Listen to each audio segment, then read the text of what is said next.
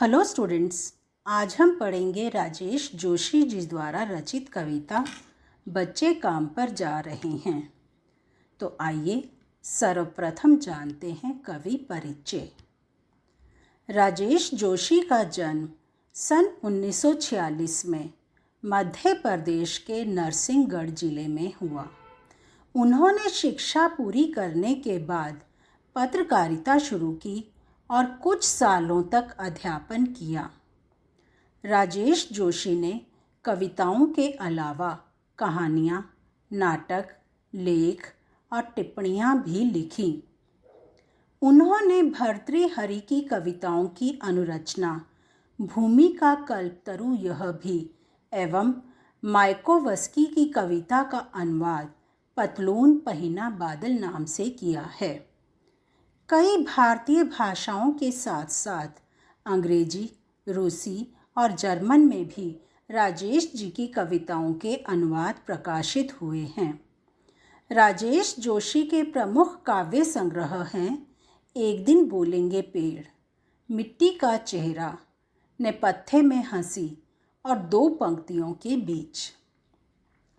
उन्हें माखनलाल चतुर्वेदी पुरस्कार, मध्य प्रदेश शासन का शिखर सम्मान और साहित्य अकादमी पुरस्कार से सम्मानित किया गया है। राजेश जोशी की कविताओं में स्थानीय बोली बानी, मिजाज और मौसम सभी कुछ व्याप्त है। उनके काव्य लोक में आत्मीयता और लयात्मकता है तथा मनुष्यता को बचाए रखने का एक निरंतर संघर्ष भी। दुनिया के नष्ट होने का खतरा राजेश जोशी को जितना प्रबल दिखाई देता है, उतना ही वे जीवन की संभावनाओं की खोज के लिए बेचैन दिखाई देते हैं। प्रस्तुत कविता में बच्चों से बचपन छीन लिए जाने की पीड़ा व्यक्त हुई है। कवि ने उस सामाजिक आर्थिक विडंबना की ओर इशारा किया है जिसमें कुछ बच्चे खेल, शिक्षा और जीवन की उमंग से वंचित हैं। इन बच्चों का काम पर जाना एक प्राकृतिक आपदा के समान है। कवि ने हमारी सामाजिक व्यवस्था पर व्यंग्य किया है। कोहरे से ढकी सड़क पर बच्चे काम पर जा रहे हैं। सुबह सुबह बच्चे काम पर जा रहे हैं। कवि कहते हैं कि सर्दी की ऋतु में सुबह का समय है। सड़क पर चारों तरफ गहरा कोहरा छाया हुआ है, अर्थात गहरी धुंध छाई हुई है। और इस ठंड के समय में भी कुछ बच्चे, छोटे छोटे बच्चे काम करने के लिए सड़कों पर जा रहे हैं।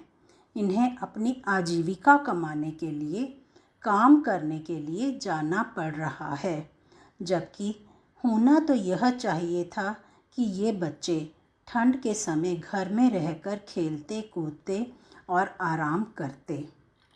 हमारे समय की सबसे भयानक पंक्ति है यह। भयानक है इसे विवरण की तरह लिखा जाना। अब कवि कहते हैं कि बच्चों का काम पर जाना हमारे समय की सबसे भयानक पंक्ति है और इससे भी अधिक भयंकर है इसे एक सामान्य विवरण की तरह लिखा जाना, क्योंकि इसे एक सामान्य बात कहकर टाला जा रहा है। इसे सुनकर किसी भी प्रकार का गुस्सा नहीं आ रहा। लिखा जाना चाहिए इसे सवाल की तरह, काम पर क्यों जा रहे हैं बच्चे। कवि कहते हैं कि छोटे छोटे बच्चों के काम पर जाने की समस्या को विवरण की तरह ना लिखकर एक प्रश्न की तरह लिखा जाना चाहिए कि ये छोटे छोटे बच्चे काम पर क्यों जा रहे हैं, क्योंकि विवरण को पढ़कर लोग भूल जाते हैं, लेकिन प्रश्न को एक उत्तर की अपेक्षा रहती है। इसलिए इस बात को एक प्रश्न की तरह ही लिखा जाना चाहिए ताकि लोग इस समस्या के प्रति जागरूक हो सकें। क्या अंतरिक्ष में गिर गई हैं सारी गेंदें? क्या दीमकों ने खा लिया है सारी रंग बिरंगी किताबों को? कवि छोटे छोटे बच्चों को काम पर जाते हुए देखकर प्रश्न पूछ रहे हैं कि ये बच्चे काम करने के लिए क्यों जा रहे हैं। क्या इनके खेलने के लिए सारी गेंदें अंतरिक्ष में गिर गई हैं, अर्थात आकाश में गिर गई हैं, जो ये बच्चे काम करने के लिए जा रहे हैं? क्या दीमकों ने खा लिया है सारी रंग बिरंगी किताबों को? क्या इनके पढ़ने के लिए जो रंग बिरंगी किताबें बनाई गई थी उन्हें दीमक खा गई हैं, जो ये बच्चे काम करने के लिए जा रहे हैं? क्या काले पहाड़ के नीचे दब गए हैं सारे खिलौने, या इनके खेलने के सारे खिलौने किसी काले पहाड़ के नीचे दबकर नष्ट हो गए हैं? क्या किसी भूकंप में ढह गई हैं सारे मदरसों की इमारतें? क्या इनके पढ़ने के लिए जो विद्यालय या मदरसों की इमारतें थी वो सारी किसी भूकंप की चपेट में आकर नष्ट हो गई हैं? क्या सारे मैदान, सारे बगीचे और घरों के आंगन ख़त्म हो गए हैं या एकाएक? कवि बच्चों को काम पर जाता हुआ देखकर पूछ रहे हैं कि इनके खेलने के लिए सारे खुले मैदान, बाग बगीचे और घरों के आंगन सब नष्ट हो गए हैं, जो ये बच्चे काम करने के लिए जा रहे हैं। अर्थात कवि कहना चाहते हैं कि इन बच्चों की यह खेलने, पढ़ने, लिखने की उम्र है। इन्हें अभी से कामकाज में नहीं डालना चाहिए।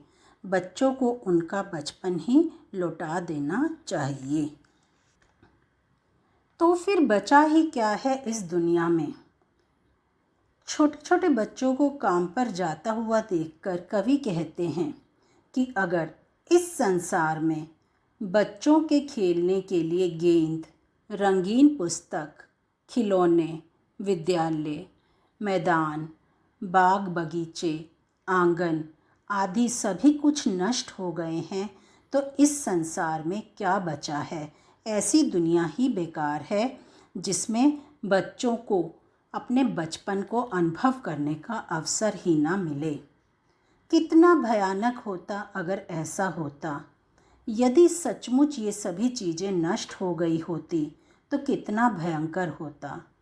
भयानक है, लेकिन इससे भी ज़्यादा यह कि हैं सारी चीज़ें हस्ब मामूल। कवि कहते हैं कि सच्चाई तो यह है कि ये सारी चीज़ें संसार में उपलब्ध हैं, अपने वास्तविक रूप में इस दुनिया में उपस्थित हैं, फिर भी देश के बच्चे इन सब चीज़ों से वंचित हैं। अर्थात खेलने, कूदने और पढ़ने लिखने की जगह उन्हें काम करने के लिए जाना पड़ रहा है। दुनिया की हजारों सड़कों से गुजरते हुए बच्चे, बहुत छोटे छोटे बच्चे काम पर जा रहे हैं। कवि कहते हैं कि दुनिया की हजारों सड़कों पर नन्हे नन्हे छोटे छोटे बच्चे काम काज करने के लिए जा रहे हैं, क्योंकि पढ़ने लिखने से ज़्यादा ज़रूरी उनके लिए आजीविका का प्रबंध करना है, और यह सचमुच चिंता का विषय है। काव्य सौंदर्य। खड़ी बोली का प्रयोग किया गया है। मुक्त छंद की रचना है। अनुप्रास अलंकार का प्रयोग किया गया है और पुनरुक्ति प्रकाश अलंकार भी है। छोटे छोटे बच्चों के काम पर जाने की समस्या को जागृत किया गया है।